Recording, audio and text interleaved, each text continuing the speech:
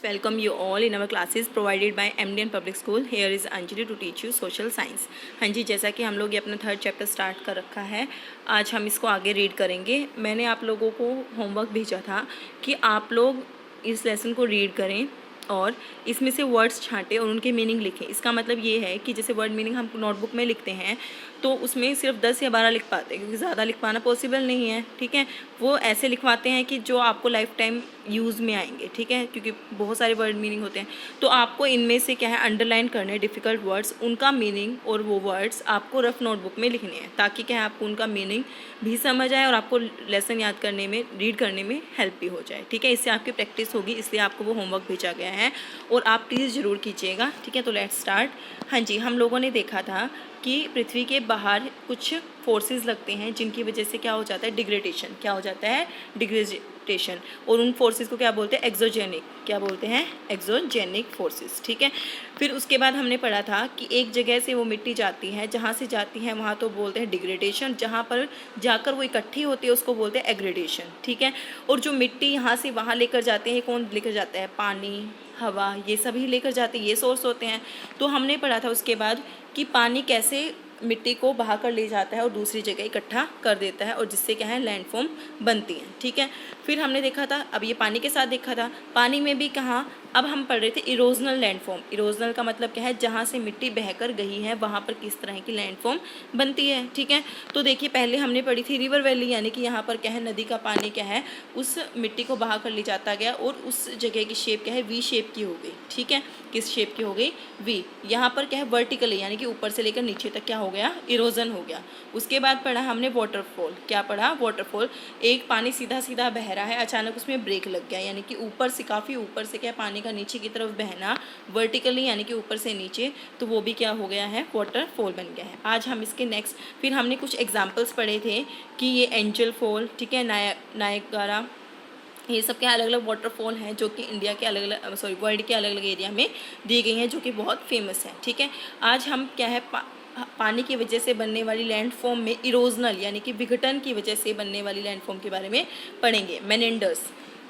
ठीक है, पहले हमने 2 पढ़ चुके हैं, अब नेक्स्ट है हमारी मेनेंडर। मेनेंडर क्या होती हैं, ये कहता है when the reverse enters the plain area. Plain area क्या होते हैं, मैदानी भाग। कौन से होते हैं, मैदानी भाग। प्लेन का मतलब होता है मैदानी।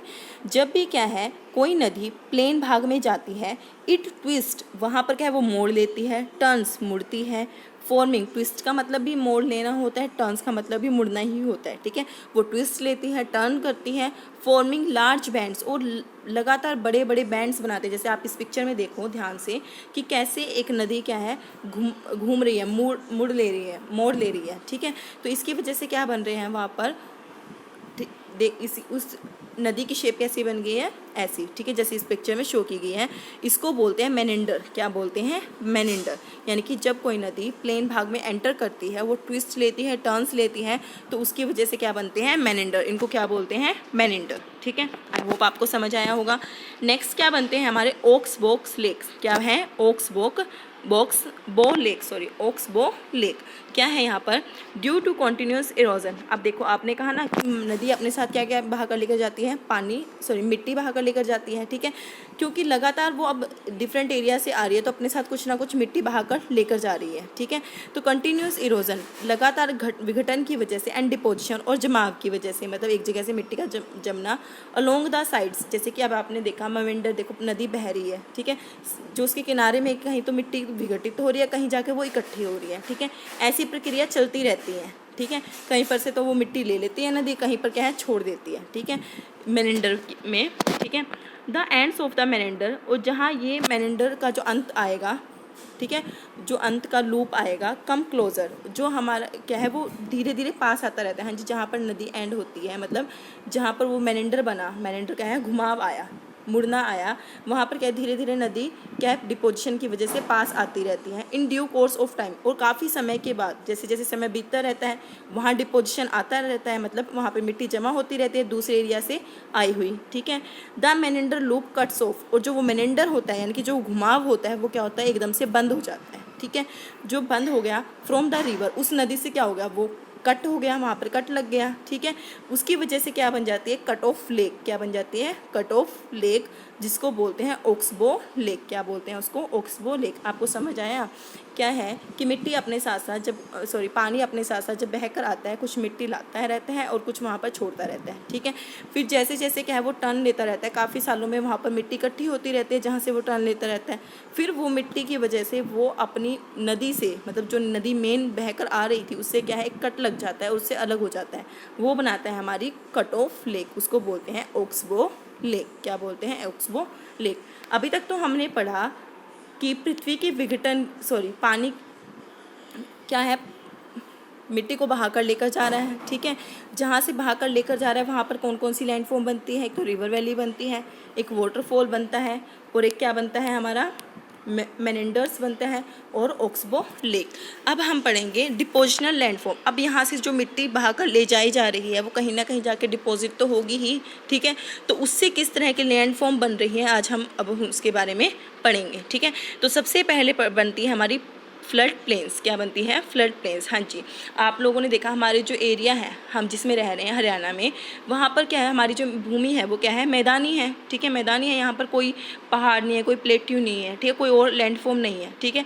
ये किसकी वजह से हुआ है कि जो नदियाँ बह रही हैं वो अपने साथ मिट्टी बहाकर लाती हैं, और इससे क्या है जो हमारे एरिया में क्या है वो मिट्टी बिछ जाती है और वो एक प्लेन एरिया बन जाता है, ठीक है। तो rivers in their lower course carry huge quantity of fine soul.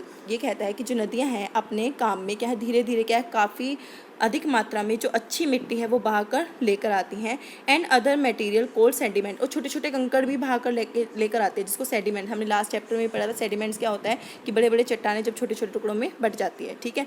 तो वो मिट्टी अपने साथ साथ क्या है अच्छी मिट्टी, वो पानी अपने साथ साथ अच्छी मिट्टी और क्या सेडिमेंट्स को लेकर आता है। ड्यूरिंग द फ्लड्स, जैसे ही बाढ़ आती है, the sediments spread over the adjacent area. जैसे ही बाढ़ आती है तो वो जो मिट्टी आई है उसके साथ वो अपने आसपास के एरिया में क्या हो जाती है, फैल जाती है एडजेसेंट। यानी कि जब बाढ़ कब आती है, जब नदी का पानी बाहर आ जाता है, तो नदी का पानी बाहर आ गया तो उसके साथ मिट्टी भी बाहर आ गई, ठीक है। तो वो जो मिट्टी थी वो अलग अलग एरिया में स्प्रेड हो गई है। स्प्रेड का मतलब होता है फैलना। A layer of sediment deposit in the plain areas form A flat fertile flood plains, जिसकी वजह से वो जो सेडिमेंट्स हैं यानी कि वो छोटे छोटे कंकड़ है अब वहाँ पर प्लेन एरिया में फैल चुके हैं और एक फ्लैट फर्टाइल, एक मैदानी उपजाऊ भूमि बनाते हैं, जिसको क्या बोलते हैं, फर्टाइल फ्लड प्लेन। बाढ़ के आने की वजह से वो भूमि उपजाऊ हो गई है और वो प्लेन भी है, ठीक है।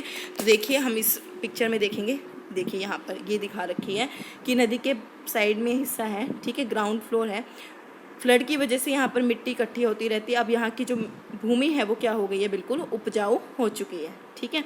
तो हम लोग ये पढ़ चुके हैं। सेकेंड होती है एक तरह की लेविस। क्या बनाती है ये, लेविस। आज हम बस इतना ही पढ़ेंगे, लेविस के बारे में और पढ़ लेते हैं। अब देखो, the raised banks are called levees. Bank क्या होता है, किनारा। जब क्या है नदी का किनारा थोड़ा सा उभरा हुआ होता है, नदी का किनारा देखिए इसमें नदी है और इसमें क्या है इसके साइड में जो किनारा है वो क्या है उभर चुका है, ठीक है, इसको बोलते हैं लेविस। क्या बोलते हैं, levees. These are formed due to the deposition. ये किसकी वजह से हुआ है, क्योंकि मिट्टी बहाकर लाई गई थी और वो यहाँ पर आकर क्या हो गई है, डिपोजिट ऑफ सेडिमेंट्स। किसके सेडिमेंट्स किसकी वजह से इकट्ठी हुई है, सेडिमेंट्स, कंकड़ की वजह से। During flood periods where the water overtops the river banks. जो क्या है फ्लड के दौरान पानी नदी से बाहर आ गया था और नदी के पानी के साथ साथ वो क्या है कुछ कंकड़ पत्थर जो क्या है बाहर आ गए थे, मिट्टी बाहर आ गई थी, उसकी वजह से ये उभरा हुआ बन चुका है। The average height of natural levees is about 10 metres. और जो नेचुरल लेविस है इसकी ऊंचाई कितनी होती है, लगभग 10 मीटर होती है। हाँ जी, आज हमने क्या पढ़ा, मेवेंडर पढ़ा, ओक्सबो लेक पढ़ा, उसके बाद डिपोजिशन की वजह से फ्लड प्लेन्स पढ़े कि फ्लड प्लेन्स कैसे बनते हैं, और लेविस पढ़ा, ठीक है। आज के लिए हम इतना ही करेंगे। एक बार आपको दिखा देती हूँ, आपकी बुक में कैसा दिखेगा कि ये यहाँ पर हम पढ़ चुके हैं, ये मेवेंडर, ओक्सबो लेक, डिपोजिशन लैंडफॉर्म और लेविस, ठीक है। आज के लिए इतना ही, मिलते हैं हमारी नेक्स्ट क्लास में। तब तक के लिए स्टे सेफ, स्टे हेल्दी।